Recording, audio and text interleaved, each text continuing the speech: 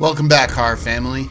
The 2016 Fede Alvaerez film Don't Breathe was a fresh take on the home invasion genre. I enjoy movies where the bad guys become the victims. At the end of the movie, we were given the terrifying revelation, leading to the uncomfortable turkey baster scene. A nice, discomforting Fede touch to the already sinister character arc of the blind man.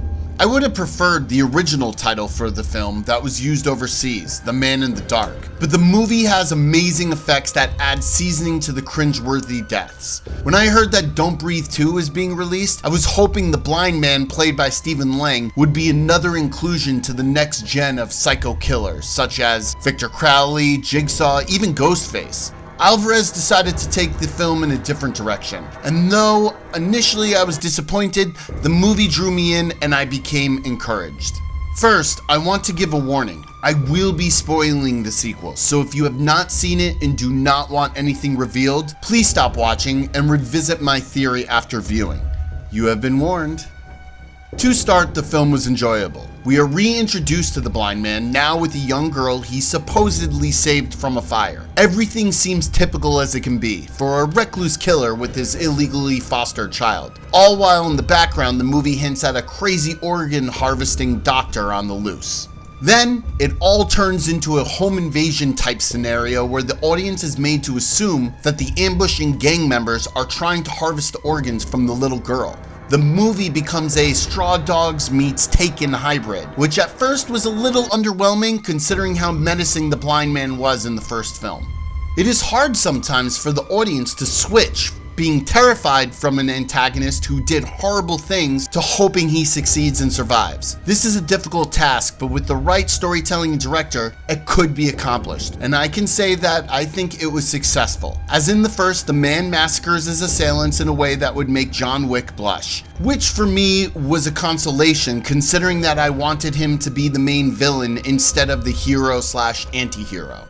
But before my attention was waned, there was another revelation that completely changed the film for me. The blind man did not kidnap the girl. She was the daughter of meth dealers who accidentally set their house on fire. The father was sent to jail for 8 years on arson and drug charges. The mother, who was the cook of the operation, inhaled enough poison from the chemical ingredients to solidify a death sentence, which included a gradually dying heart. At first, audiences believed that these two just wanted their daughter back, to save her from the madman that took her from them. A nice sentiment that meth dealers would want a dynamic family structure. The gang of dealers, though, do not want their bread and butter to perish, so they need a blood relative as a heart donor, i.e. the daughter who vanished. It was a good film, and I enjoyed it more than others. Stephen Lang was awesome, though there were some character choices that made me scratch my head, considering this man was going to inseminate a detained girl with his frozen semen in the first one. Also, the Luke and Vader end scene between the girl and the dying blind man where he tells her she already saved him, which as a Star Wars fan made me giggle. I have one idea that would have pushed this movie from good to great that I was hoping they would build on, but never did. I would have liked them to reveal that the blind man started the house fire. It would have been true to his character and made his altruistic actions towards saving the girl and raising her as his own more horrifying and foreboding. What if the blind man knew of this meth family and their young child? With anger and rage still boiling inside him for the loss of his own, he decided these reprobates did not deserve this innocence in their lives. So he set the chemicals in their home to catch on fire, hoping the parents would die and he could save her as his own to raise and care for. I did find it a coincidence that he was close by as the exhausted child stumbled down the street away from the blaze. I think that this little extra plot detail would have solidified the terrible nature in the blind man, making his redemption at the end shallow, even if it was striving to be honest. The concept of who would the girl be better off with does plague the audience through the portion of the movie. Rayland explains he is Phoenix's real daughter, which created an internal conflict. Hard to choose if she should be with the man who has a dark and evil history, but does care for her and teaches her valuable skills even though she is a prisoner, or the addicts who will raise her in a toxic environment, possibly creating another member of their ill group. At least it was hard to decide until the point audiences learned that her birth parents wanted to rip her heart out of her chest.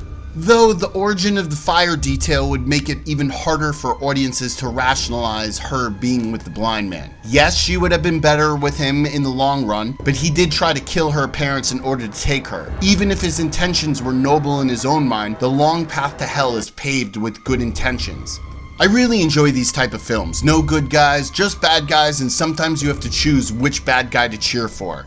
In the end, I secretly was hoping for a constantly resurrecting blind man, coming in the night looking for that replacement daughter. I would have loved to see a Don't Breathe 3, The Man in the Dark. Somehow he returns and the sequel has to either explain in a convoluted manner or just ignore it and hope the audience doesn't care that somehow he always rises. Maybe I am still holding on to the nostalgia of 80s and 90s horror sequels and was trying to project this desire on Don't Breathe as a potential franchise submission. Either way, the film was good and only Stephen Lang could play a monster wearing a hero's clothing. If you like home invasion films where the bad guy is worse than the other bad guys, with blood, broken heads, and severed limbs, I would definitely try out Don't Breathe 2. Did you like Don't Breathe 2? Let me know your thoughts in the comment section below, and please remember to like, share, and subscribe. Stay scared.